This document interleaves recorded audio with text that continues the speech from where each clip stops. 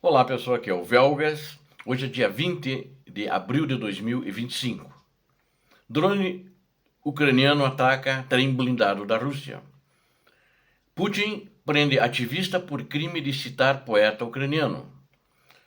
Putin anuncia cessar-fogo unilateral na Páscoa. Quero convidá-los, inscrevam-se no canal, deem um like, compartilhem com as suas redes sociais e façam os seus comentários.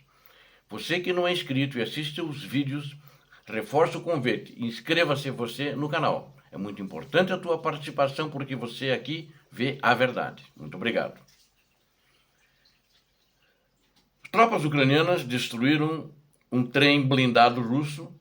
Foi uma coisa muito rara, um ataque de drones que destruiu esse trem.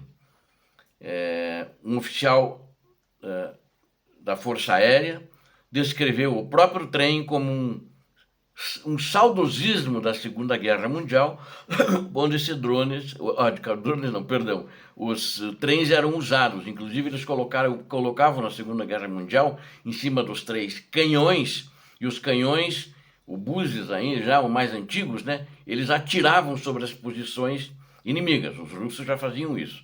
E aí depois que eles davam os tiros, o trem se movimentava, não sei para que lado, para retaguarda ou para frente, para que ele não recebesse o fogo da contra-artilharia que ele poderia ser identificado. Bom, e como é que as forças ucranianas fizeram isso? Elas atacaram com drones kamikaze esse trem blindado russo. Esse trem estava fazendo uma tentativa de ataque e que foi parado ele pela brigada, os drones da brigada número 152, brigada de caçadores separados das Forças Armadas da Ucrânia. E ela compartilhou essas informações e eles até disseram, nós nunca destruímos uma locomotiva, né? uma composição ferroviária, digo. Essa foi a primeira vez. Mas tudo acontece pela primeira vez, né? Esse trem ele é fortemente blindado, inclusive ele é da Segunda Guerra Mundial, né? E ele tem uma proteção forte blindada, semelhante dos tanques russos, né? Então, se ela é proteção semelhante à dos tanques russos contra os drones e contra a artilharia moderna, eles não têm vez. E eles estavam, antes dessa locomotiva e sua composição serem detonados, as forças ucranianas elas usaram um drone Mavic, que é um drone de reconhecimento de alta tecnologia. Eu falei Mavic, pode ser Mavic também, eu não sei. Inglesei, não sei porquê. M-A-V-I-C, é um C mudo, não, né? Equipado com uma câmera infravermelha e equipamentos eletrônicos que localizam e rastreiam o alvo, né? Portanto, também é um drone que usa inteligência artificial. Mas esse drone vinha coordenando, vocês vejam só, vinha um grupo, o enxame, como eles chamam, enxame de drones kamikaze, que os queriam fazer o ataque, iam destruir esse comboio, vamos dizer, esse comboio ferroviário. E um oficial do exército ucraniano falou que verdadeiramente foi uma coisa única. Não sabe se os russos vão mandar mais trem, mas como é que eles estavam tentando fazer nesse saudosismo da Segunda Guerra Mundial? Porque tem muitas ferrovias ali na linha de frente, principalmente em Pokrovsk. Então eles estavam tentando chegar em Pokrovsk.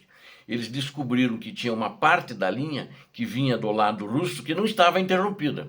Passava ali por uma das vilas, né? Não disseram qual é a vila. E eles iam entrar ali, cheio de soldados dentro, né?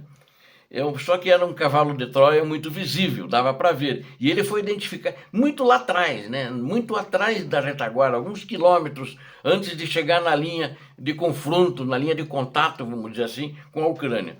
E ele foi identificado e aí não deu outra, né? O oficial aqui falou, ele estava se preparando para chegar na linha de frente no marco zero, ou seja, ali onde acontecem os confrontos, né? Então, esses saudosistas russos foram todos eliminados, destruídos, os militares morreram, houve muitas explosões, porque tinha munição lá dentro, uma coisa, não separam, acho que para eles continuarem o combate. Eu diria o seguinte, isso é tão eficaz, esse trem acabou sendo, né? Uma coisa muito antiga, ninguém usaria mais isso hoje em dia, como é o eficaz os burros de carga no campo de batalha que a Rússia está usando, né? lamentavelmente para a Rússia e sorte para a Ucrânia, e destruiu com uma tecnologia avançada essa ferramenta, vamos chamar de ferramenta, esse comboio ferroviário militar saudosista da Segunda Guerra Mundial. Bom, enquanto isso, a Rússia prendeu uma ativista de 19 anos. Essa ativista de 19 anos, ela foi condenada pelo tribunal em São Petersburgo, da onde ela é. O nome dela é Daria Kozyreva. Daria Kozyreva. Ela tem 19 anos e ela primeiramente foi condenada na primeira ação que o governo promoveu contra ela a 2 anos e 8 meses de prisão em uma colônia penal. E também a segunda, ela está tendo um segundo processo contra ela. Bom, o que aconteceu com ela? Ela citou e escreveu na estátua. Em outros países isso acontece também, e gente vai presa também, ainda não foi julgada, mas lá eles já fizeram o primeiro julgamento, vão fazer o segundo julgamento já. Ela tinha uma estátua, tem em São Petersburgo. Talvez algum de vocês que visitou Petersburgo viu a estátua de Taras Shevchenko, que é um grande poeta ucraniano, defensor da Ucrânia, ficou muito tempo prisioneiro na Rússia.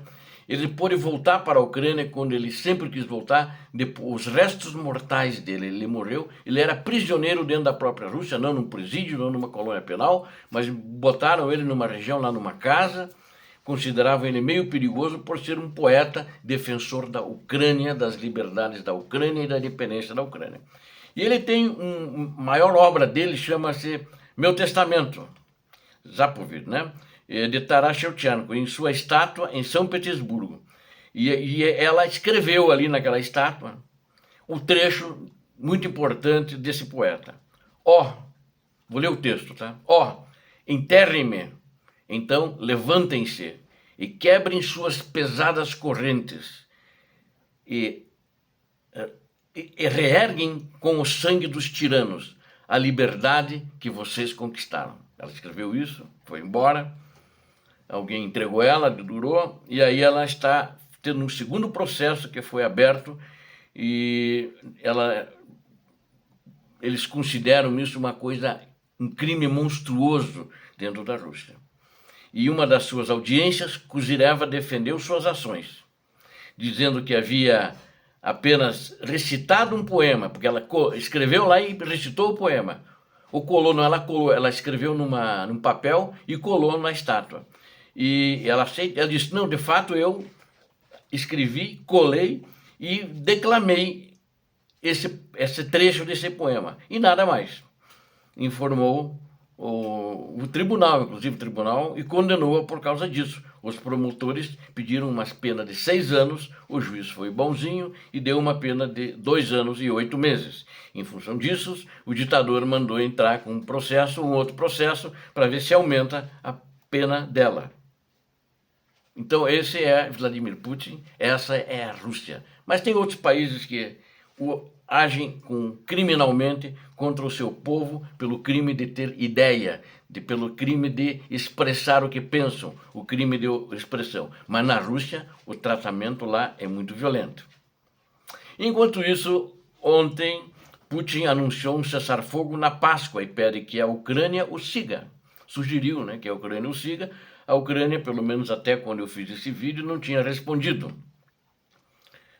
Ele disse ele anunciou esse cessar-fogo temporário, não é um cessar-fogo de um mês ou indefinido, só agora nas festividades de Páscoa, que vai às 18 horas do dia 19 de abril, no caso de ontem, até a meia-noite de 21 de abril.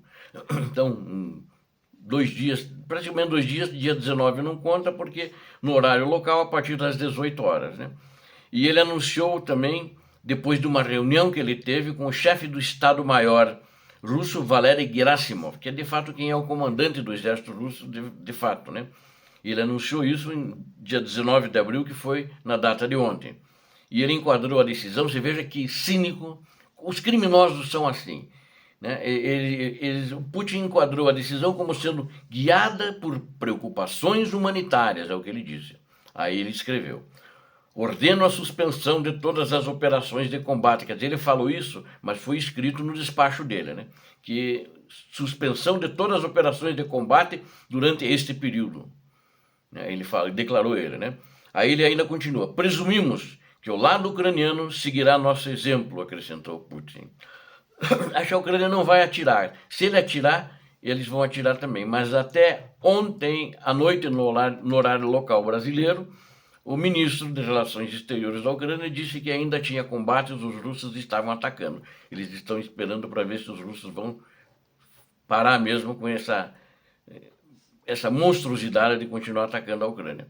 Então, a eficácia do cessar-fogo testará a sinceridade da Ucrânia na busca por negociações de paz, falou Putin. Ele que não cumpriu outro acordo e que no dia seguinte já estava atacando novamente as instalações de energia da Ucrânia, que disse que a real medida das intenções de Kiev será revelada por as suas ações durante o período de Páscoa.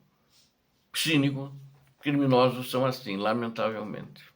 Lamentavelmente, para o lado do bem, lamentavelmente, para o lado daqueles que querem a paz, querem o amor a Cristo, acreditam nele, e não como o gesto dele, que rouba, assassina, tortura, estupra, etc. E, importante, sequestra crianças. Está mandando as crianças, as mais recentes desse ano, que ele continua mandando, pegando do lado ucraniano, tirando as famílias, mandando para famílias russas, ele está mandando para a região da Sibéria, para a região do Ártico, as regiões mais frias durante o ano inteiro e de muito clima não amigável.